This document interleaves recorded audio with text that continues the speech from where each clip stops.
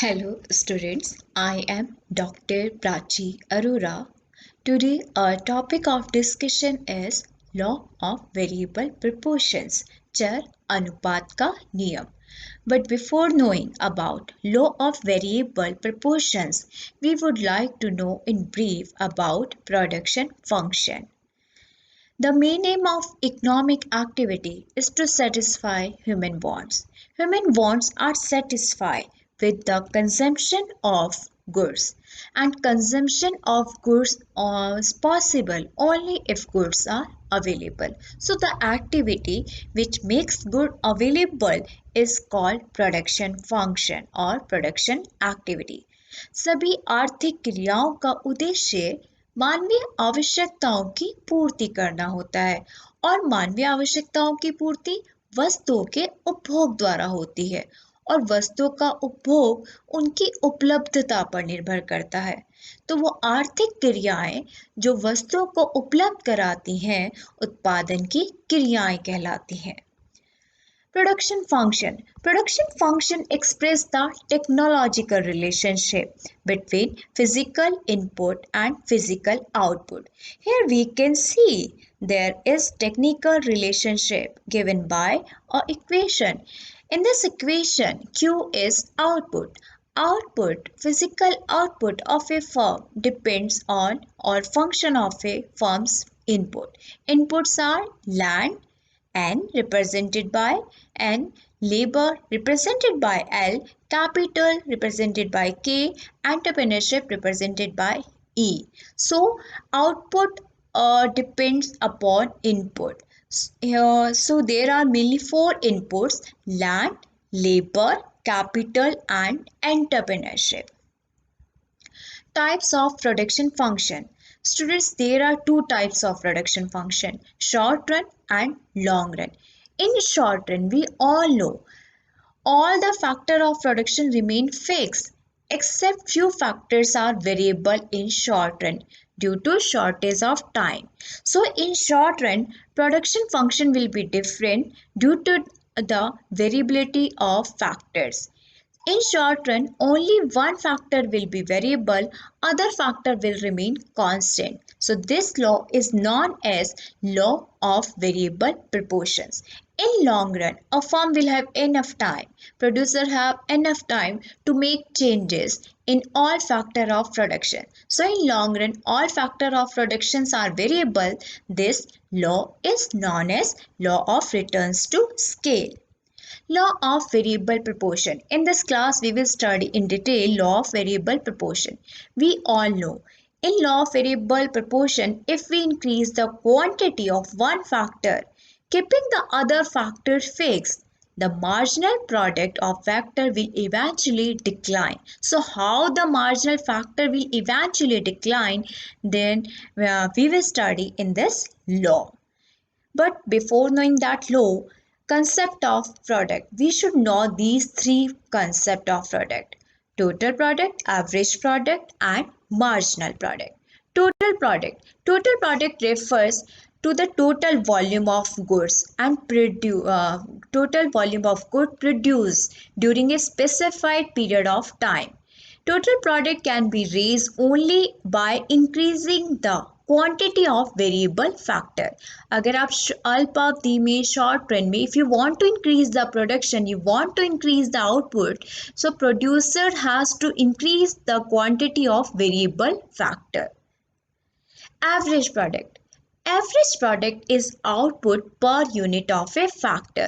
Average product we can say productivity of a labor. How can we calculate average productivity of a labor? We can calculate average productivity of labor total quantity divided by number of persons are working there, right? Suppose if uh, 10 persons are working and output is Q is 50. So average productivity will be 50 divided by 10. So output per unit of labor will be 5, right? Marginal product. Marginal product is rate of change in total product with respect to a factor. How can we calculate marginal product? Marginal product can be calculated with a change in quantity and change in labor. How can we calculate? One person is suppose one person is working, output is 10 units. Now we are increasing labor to output becomes 15. So after increasing one person, output is increasing how many units? By 5 units. So change in quantity is 5, number of persons change is 1. So marginal productivity of labor will be 5. Example, here is a quick summary of total product, marginal product and average product. You can see here there is only change in workers. We can see we are increasing number of workers 1 to 2, 2 to 3, 3 to 4. So we see output will be changed because we are increasing variable factor, right?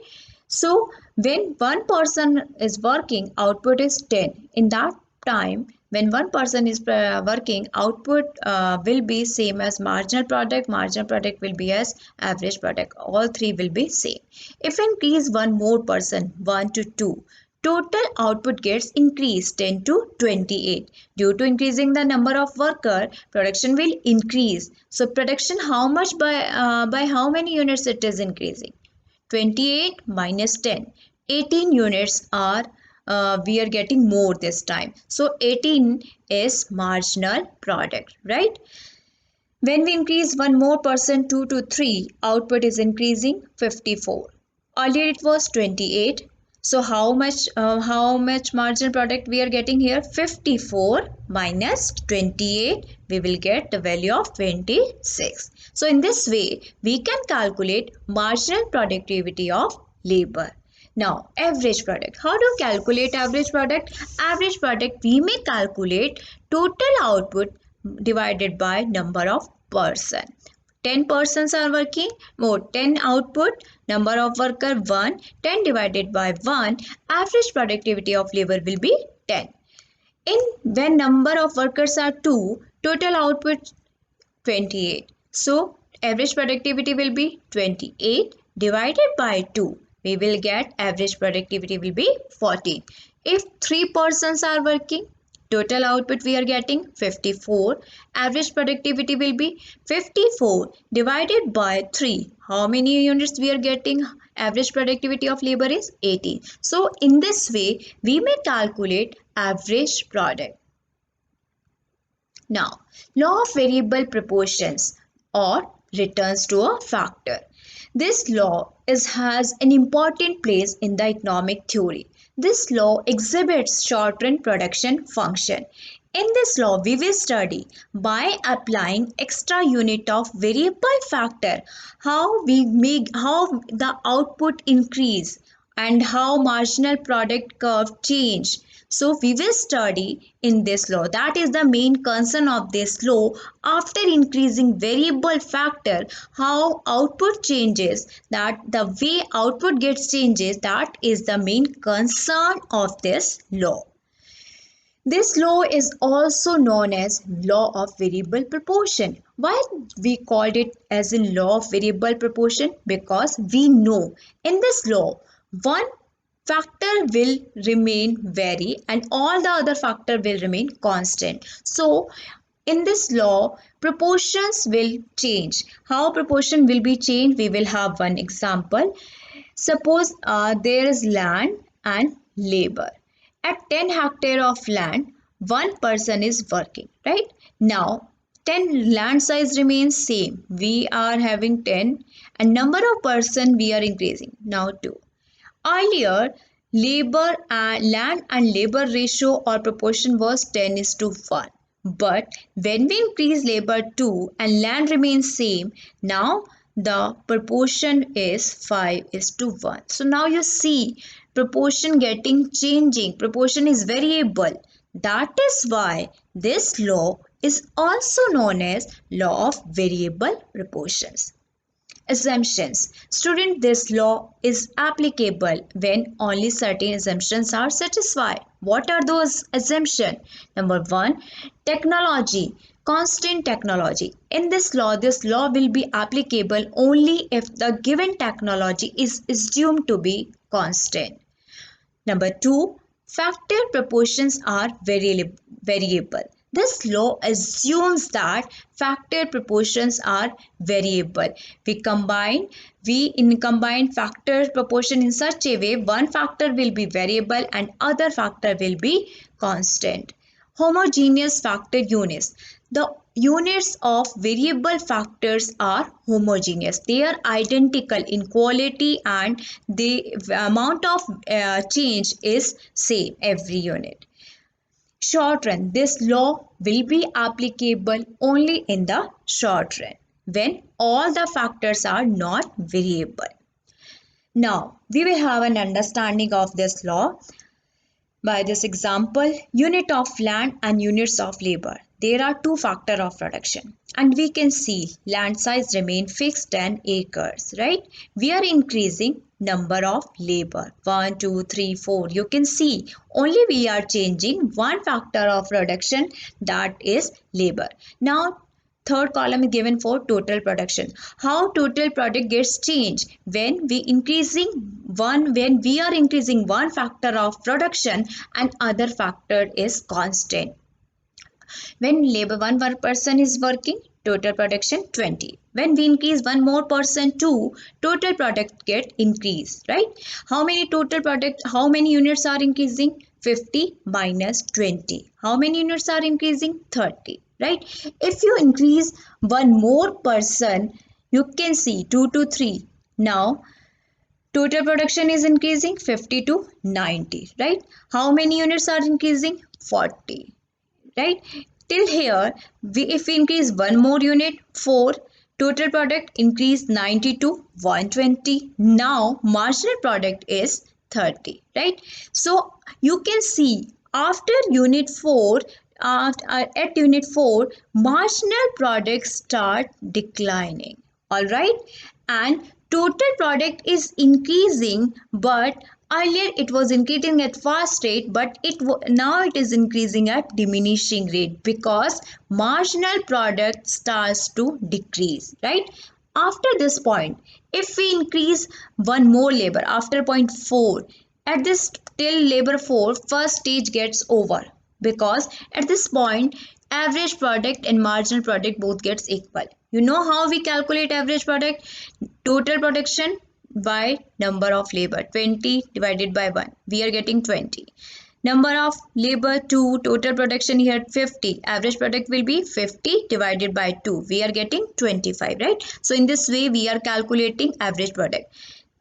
In when number person are 3, total production 90, average product will be 90 divided by 3, we are getting 30, right? So here we see average product initially it was increasing when marginal product was increasing. After that it becomes stable. At unit 4 it becomes stable. So at unit 4 you are saying average product becomes equal to marginal product, right? So this is the first stage gets over when average product gets equal to marginal product, right?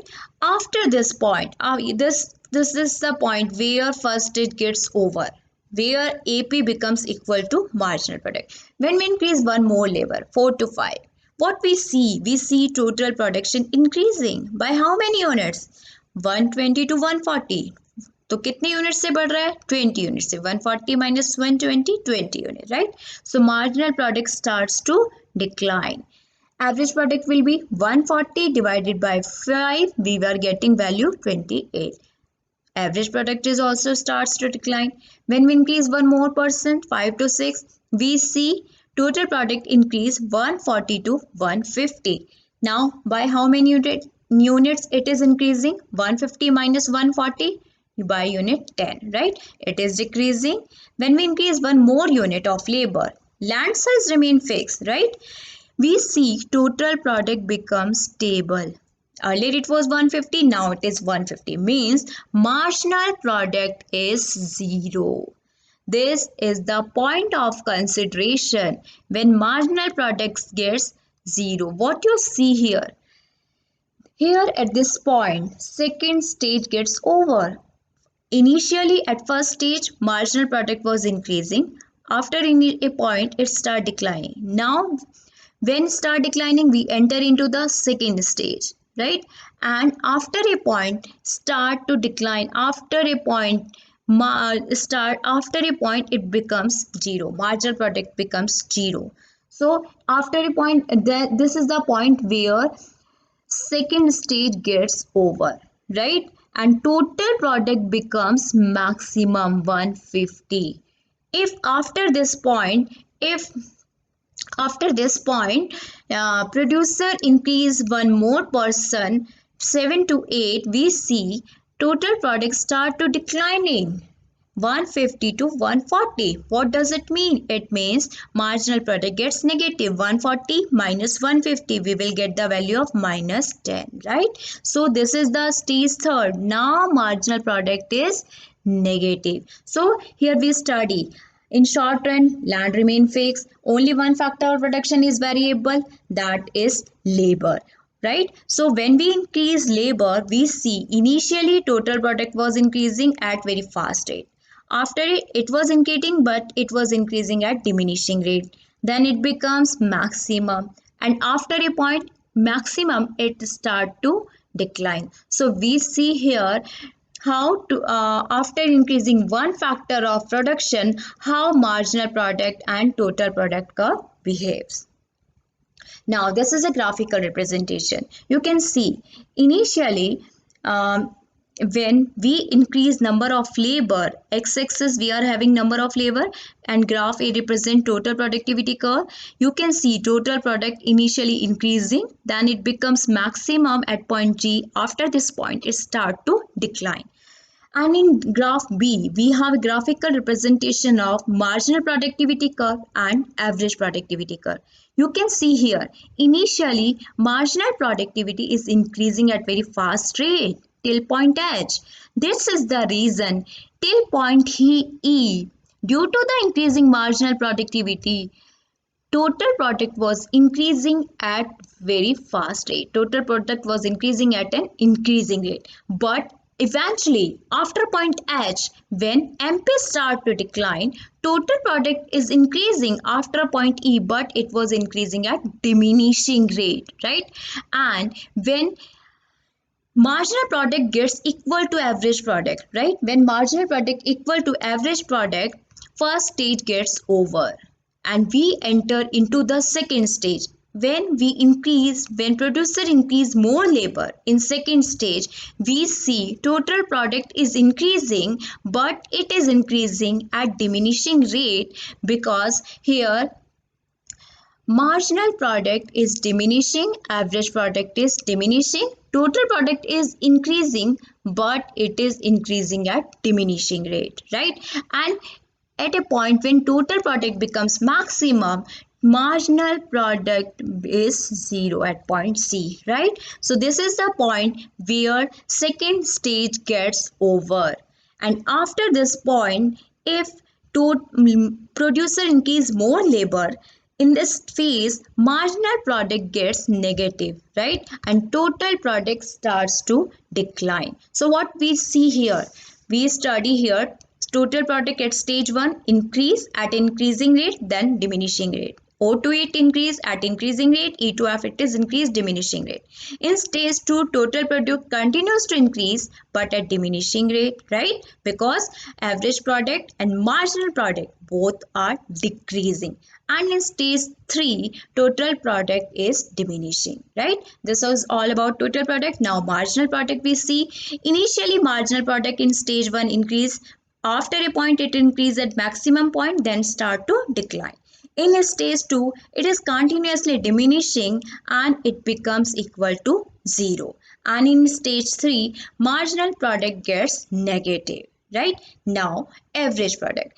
In the first stage, average product is increasing. When marginal product was increasing at higher rate, average product was increasing. And at stage 1, it becomes maximum. After a point, when it becomes maximum and equal to marginal product, it starts to decline. In second phase, start to decline. In stage third, it is continuously diminishing, but remember, it is average product is always greater than zero, right? Average product can never be negative. It is always greater than zero. Now, there is a brief summary or representation of three stages of the law. You can see here, there are two curves, total productivity curve and marginal productivity, physical productivity curve. Total productivity curve we see, and in stage 1, when O2L labor, number of labor is increasing, units of labor is increasing by keeping another factor constant, we see total productivity is increasing, because marginal productivity was increasing at very fast rate. After a point when marginal productivity start to decline, stage 1, total product increase, but it increase at diminishing rate. In stage 2, when more persons, more labor are employed after point L, we see L to M. Marginal productivity is diminishing, but total productivity is increasing. Total productivity is increasing, but it is increasing at diminishing rate because of falling marginal physical productivity of labor, right? And after point M, we enter into the stage 3 of production, because marginal product gets negative and total products start to decline. So where marginal productivity is zero, marginal physical productivity of labor is zero, at that point our total productivity is maximum. Now, in which state rational decision is possible? Now we have seen there are three stages of production function, right? In stage 1, we have seen there was increasing, average productivity was increasing, marginal productivity was initially increasing at very high rate. So when the producer employ more variable factor, efficiency of both factor, efficiency of variable factor as well as of fixed factor is increasing. So here total product is increasing. In stage 2, we see average productivity was decreasing, marginal productivity was decreasing. In stage 2, we have seen that total product was increasing, but it was increasing at a diminishing rate, right?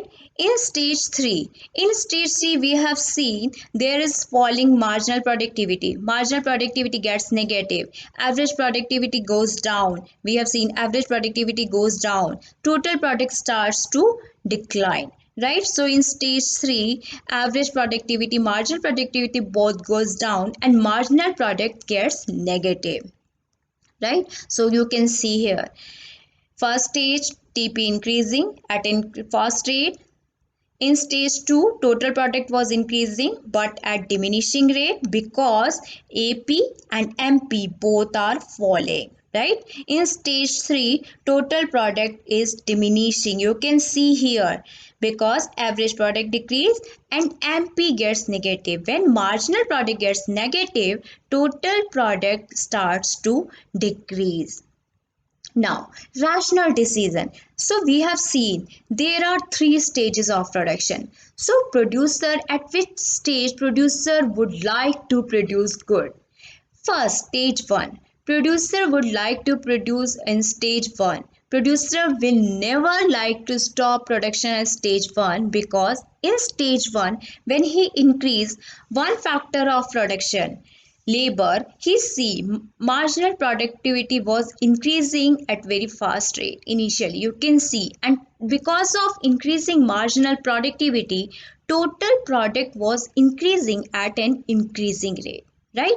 And when marginal products start to decline, you can see after a point stage 1, when marginal products start to diminish, total product still was increasing due to the increasing efficiency of variable factor as well as fixed factor. So total product was increasing. So producer would like to take all the advantage of this phase. So producer will never stop production at stage 1. Now look at stage 3. Stage 3 clearly depicts that AP decreasing, marginal productivity diminishing, total productivity diminishing. So what we conclude here? After point M, producer will never increase amount of variable factor, because at this point marginal productivity at this phase marginal productivity gets negative. So rational producer will never produce at stage 3. So rational producer, where we would like to producer would like to produce in till stage 2, because in stage 2, when labor variable factor increase, producer increase variable factor, for example labor, so total product was increasing and it becomes maximum till the end of second phase. It was increasing, but it was increasing at diminishing rate, and producer operate at stage 2. So this law is also known as law of diminishing return. So you can see here, a rational producer will operate in stage 2. A rational producer will not decide to produce at stage 3 and stage 1. Now, this law is also known as law of diminishing return. I have told you, because at this point producer operate at stage 2, and stage 2 total product is increasing, but increasing diminishing rate due to falling average productivity and marginal productivity. That is the reason this law is also famous as law of diminishing return, which is universally applicable. Reasons for law of variable proportion. What are the reasons of this law? Why we get increasing return to a factor? First, because of better utilization of fixed factor. When producer increase initially number of labor units, so land gets utilized in a better way. So that is the reason at stage 1 efficiency of fixed factor increase. After increasing the variable factor, so producer gets increasing return. Second, increase efficiency of variable factor in stage 1 initially, when total productivity increase, when producer increase number of variable factors stage 1, efficiency of variable factor also increase. Number 3, indivisibility of fixed factor. Fixed factor is indivisible. That is the reason producer gets increasing return to factor at stage 1. Diminishing return to factor. Why producer get diminishing return in second stage? Number 1, optimum combination of factors. There is optimum combination of factor, and we cannot use in land labor in place of land, and land can never be used in place of labor. So they are imperfect substitute to each other. So efficiency of variable factor will increase up to a point only after increasing fixed variable factor. So this is the reason up to a point it is beneficial for producer to increase variable factor, but after a optimum point, if we increase only one factor and other factor remain constant, producer will get diminishing return to a factor due to decreased average productivity of labor and marginal productivity of labor. Negative return to a factor. Why producer get negative return to a factor in stage 3? Number 1, limitation of fixed factor. Already we know, we have discussed, in short run one factor will remain fixed. Poor coordination between variable and fixed factor. It might be possible in stage 3 there is no proper coordination, there is becoming poor coordination. Efficiency of variable factor and fixed factor, both factor efficiencies are decreasing. Then number 3, there may be reason decrease in efficiency of variable factor. It might be possible after a point, if we are increasing only one factor, efficiency of variable factor may decline. Postponement of the law. This law may be postponed in two situations. Number 1, improvement in technique of production. If there is improvement in technique of production in future, so after improvement in technique, production will increase due to improvement in technology. So initially we had assumption that given technology will remain constant in short run. So if there is improvement in technique of production, this law will be postponed. Second, perfect substitute.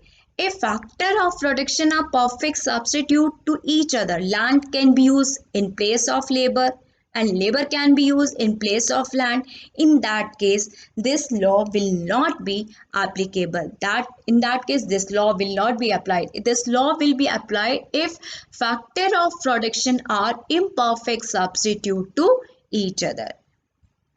Thank you.